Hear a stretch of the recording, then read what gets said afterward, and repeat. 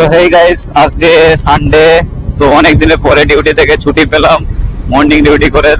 তো এখন আমরা 5-6 জন মিলে বেরিয়েছি একটু কলকাতাকে এক্সপ্লোর করার জন্য নতুন একটা ব্লগ নিয়ে। তো মোটামুটি আমরা এখন বেরিয়েছি ময়দান যাওয়ার উদ্দেশ্যে। এখন কিষানুদা বাইক চালাচ্ছে, আর আপাতত আমরা আছি এখন আইটিসির সামনে, আর এদিকে এই বিশ্বনাথ মহল।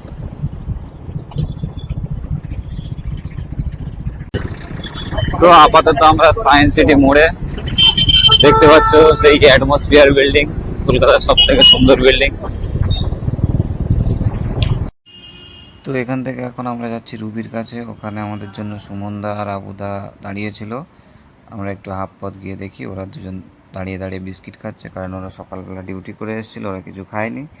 তো ওখান থেকে বিস্কিট খেয়ে নিয়ে, সুমনদাও খুব চুল ফুল ভালোভাবে বেঁধে দিয়ে এসেছিলো, বিস্কিট খেয়ে নিয়ে আবার আমরা রওনা দিলাম।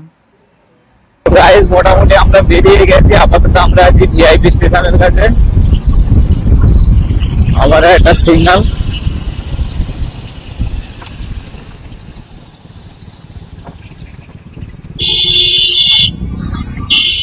কত জোরে চালাচ্ছে কেন?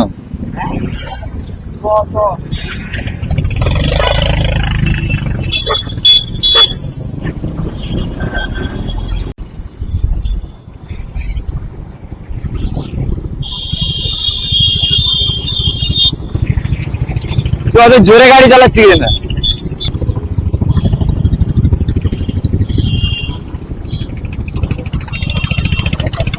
ছবি তুলতে হবে না, ঘোড়ার গাড়ি ওখানে ভর্তি, ময়দানে মাঠে ভর্তি।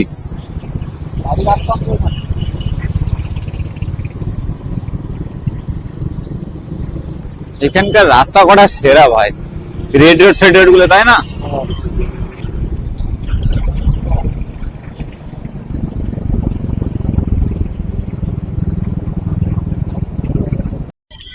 তো গাইজ, মোটামুটি এখন প্রায় সন্ধ্যা হয়ে গেছে, ময়দান ফয়দান পুরো দেখতে হচ্ছে সব ফাঁকা হয়ে গেছে, সব বাইক আসলে চলে যাচ্ছে, খেলাধুলা করছিল তারাও চলে যাচ্ছে। ওয়েদারটাও খুব সুন্দর, এদিকে আমাদের ছেলেপুলেরা চা খাবে, সুমনদা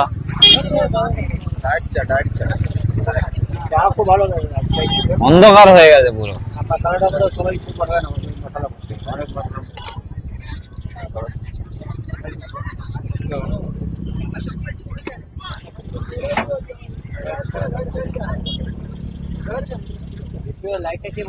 ভিক্টোরিয়া লাইট তুই বন্ধ করবি, এইগুলো ঠিক নয়। ভিক্টোরিয়া লাইট কত করে চকচক করছিল, লাইটটা বন্ধ করে দিল।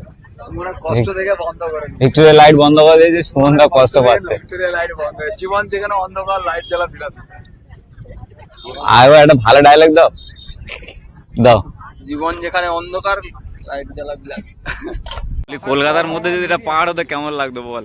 কলকাতার মধ্যে হ্যাঁ পাহাড় হতো, একদিকে পাহাড়, একদিকে সাগর, বিশাখাপত্তনমের মতো, আরেকদিকে ভিক্টোরিয়া, আরেকদিকে 42। ঠিক আছে, একদিকে 42 আসতো, তারপরে ইকো মাস্টার সমুদ্রের মাঝে নামিয়ে দিতাম আমি, মাঝখান থেকে চির করে রাস্তা বের করে দিতাম, খালকেটে কুমির আনি।